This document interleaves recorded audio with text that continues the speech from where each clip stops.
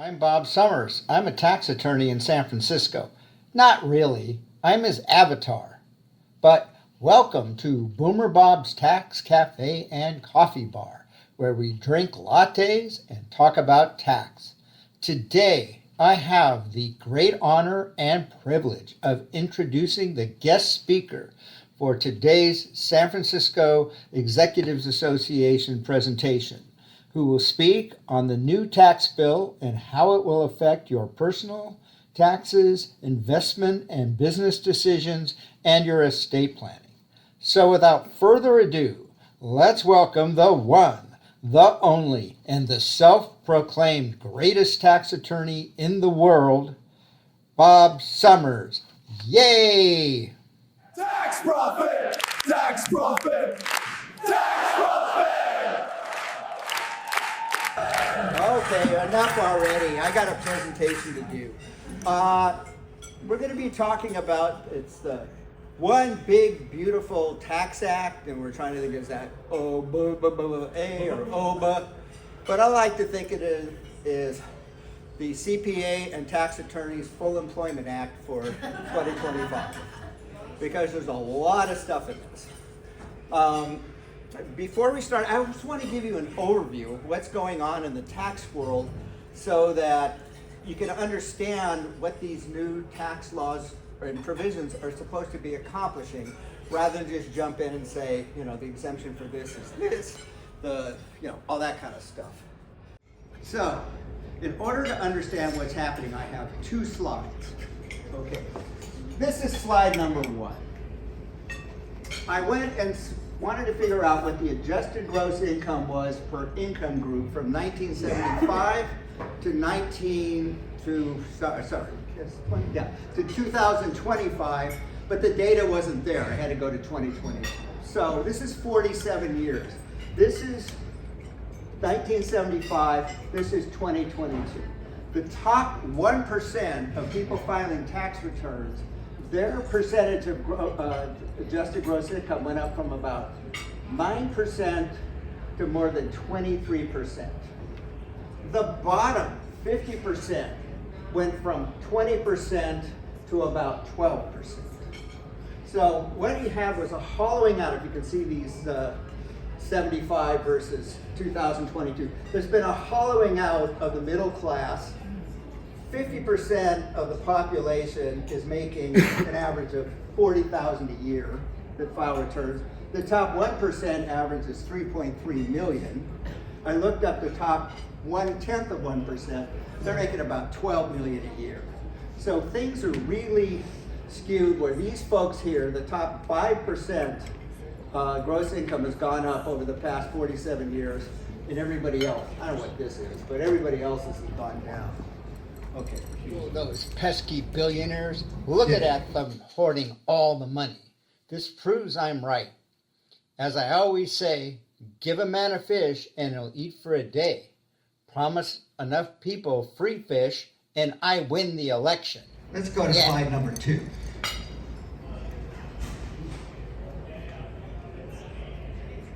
Okay, so here we are.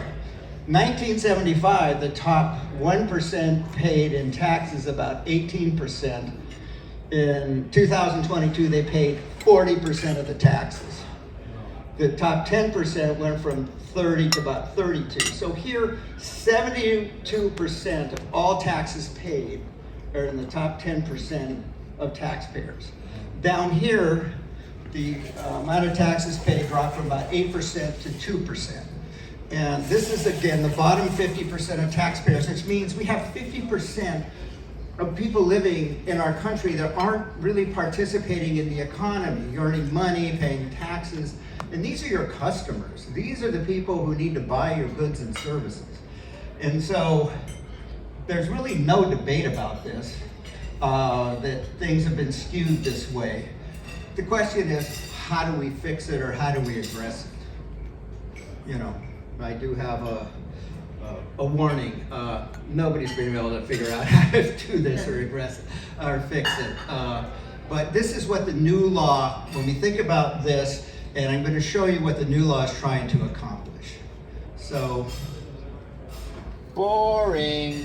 Boring. No one wants to hear a blowhard tax attorney like you pontificate about the tax law. People come to Polio's to eat. Don't you get it? Anyway, after lunch, they feel like sleeping. And because they probably don't have a sleeping pill, I just guess they're going to have to listen to you. So people out there, just snore off.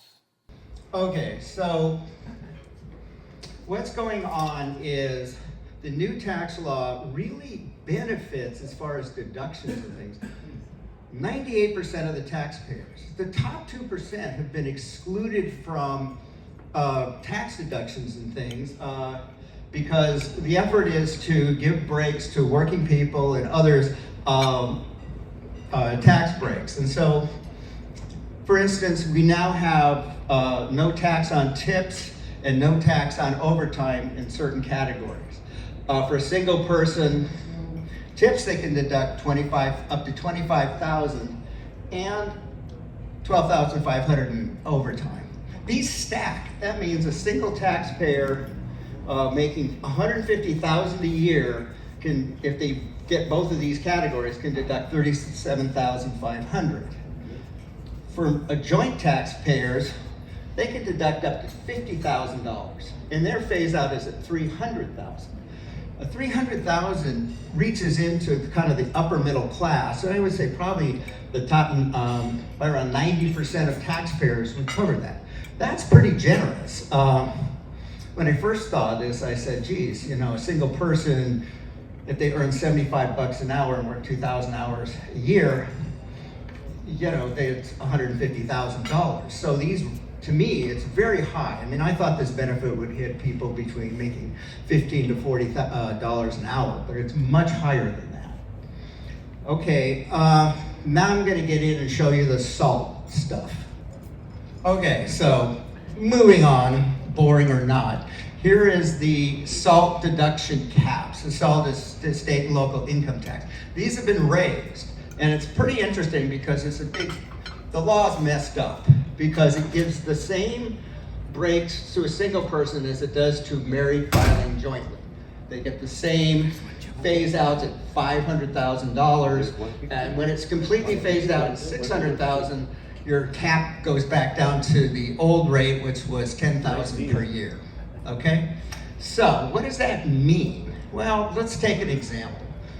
If you got a couple, each of them earn $325,000 a year, or $650,000. They want to buy a house.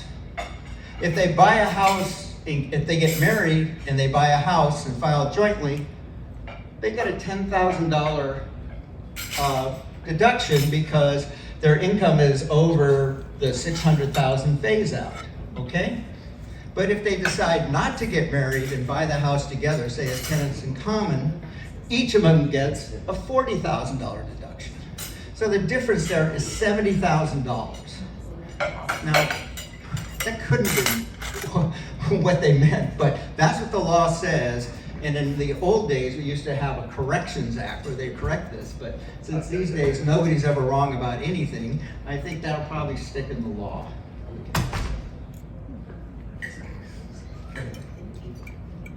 Okay, so we talk about the SALT deduction going up to $40,000. Well, on the one hand, you have that, but what else is happening is the standard deduction is going up as well. And it's almost approaching what the SALT deduction would be. The standard deduction is, everyone gets this. To get the SALT deduction, you have to itemize on your tax return your deductions. And so, what this is saying, if you're joint married, the deduction here is about $34,000, a little bit more. For a joint filing, no, I wanted this one. Yeah, it's about $34,000 if you're over 65 and filing jointly. If you're under that, it's $31,500. Now, what I think is interesting here is there is a senior bonus deduction of $6,000 and $12,000 on top of that. So these reach over what the SALT deduction would be. And what you think about, or I think is interesting about this is, the seniors, they have all the wealth, right? They, you know, the generational stuff. I've done programs on that. But this is only geared towards seniors who make $75,000 for single or $150 for joint. So it's making sure that the seniors who are getting this break are in the lower percentages of taxpayers. Okay? All right, so we've talked about some of the tax breaks for workers.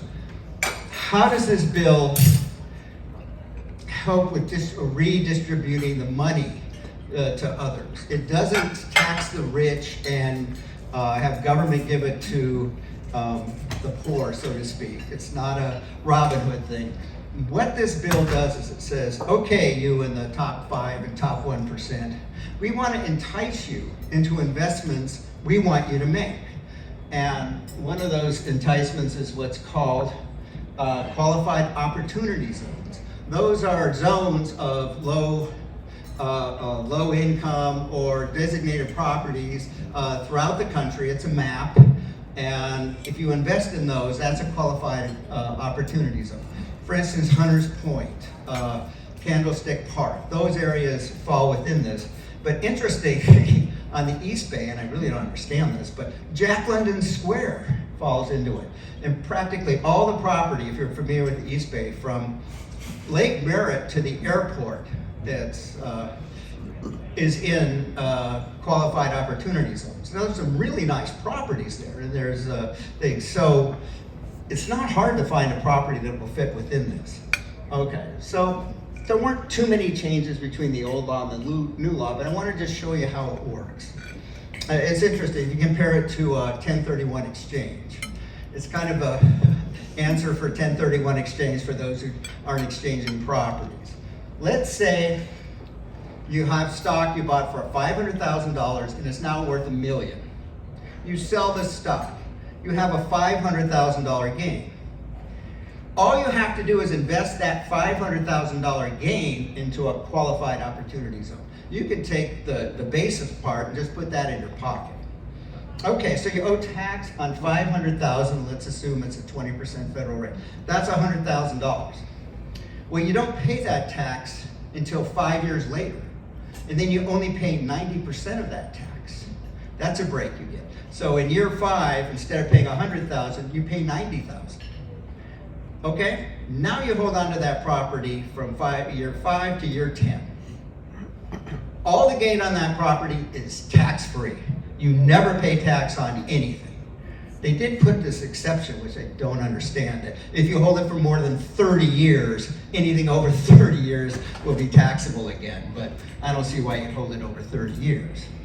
So that's a pretty remarkable tax break. But again, it's to try to develop areas that are undeveloped within the country, and instead of having the government do it, they're letting people who want private people to invest in it. So what's the downside? Well, you're investing in an opportunity zone. If it were a great investment, they wouldn't need these laws. So there's a risk. Although when you look at the map, there's places that are, to me, indistinguishable from any others. I mean, Jack London Square is gorgeous. And some of the waterfront properties along there, the East Bay, are just fine. There are developments in there and everything. So that's one project. Next one. Okay, I guess I missed the other. The other big advantage is what's called it's qualified stock. There's certain stock that if just basically for startups. I mean, that's the approach. Where you invest money in a startup or any new company, and you hold your stock. It's got to be a C corporation for 5 years. And there's liquidity then, it's sold or whatever, the first $15 million is tax-free to you, federally tax-free to you. I know secondhand some people who would do this, and to me it's like, going to the gold country with trying to pan for gold. They may interview 20 companies, decide to invest in one, and then want to have a portfolio of 50 in order to hit one company that's big. So it's, instead of the government putting money out there and trying to pick winners and losers, this bill has the private sector do it with these kinds of incentives.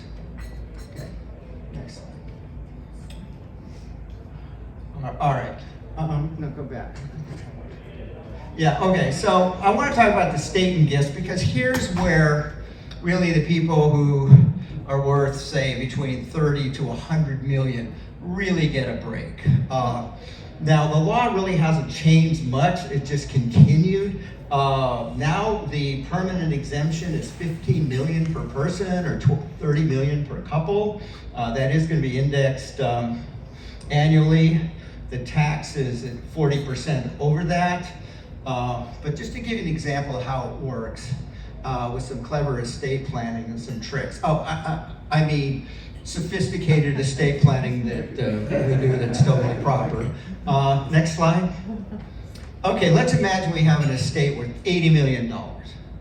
Well, they got some really good advice, and they did a lot of structuring of their investments, so they hold family limited partnerships and other things. And so because of that, we're able to discount the interest by 35%. It's called a fractional interest reduction. Now their estate's only worth 52 million only. They take their $30 million exemptions, and they have a taxable estate of $22 million. Well, 40% of that's only 8.8 million. But do they really pay 8.8 million? Well, if they were properly advised years ago, they probably have what's called a second to die life insurance trust. And because they have that, it maybe have $10 million when they die, and that goes to pay the estate tax, and let's say it costs them $2 million for this insurance way back when. There's actually money left over to help reimburse that. So, has anyone got any comments on that? Who cares?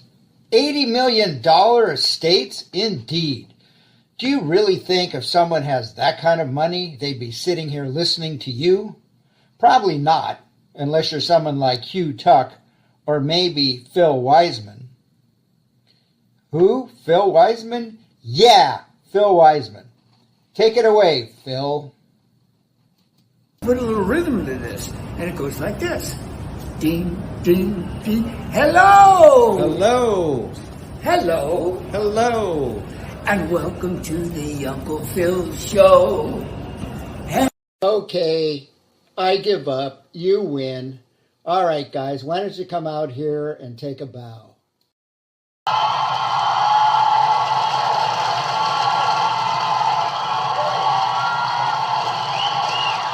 Hey, what about me? Don't I count? Let's give it up for the brains behind this operation, the AI creator himself, Jaime Martinez. Good afternoon, execs, and thank you. And because everyone needs a banker, let's give a big round of applause to our own banker, Mary Wong.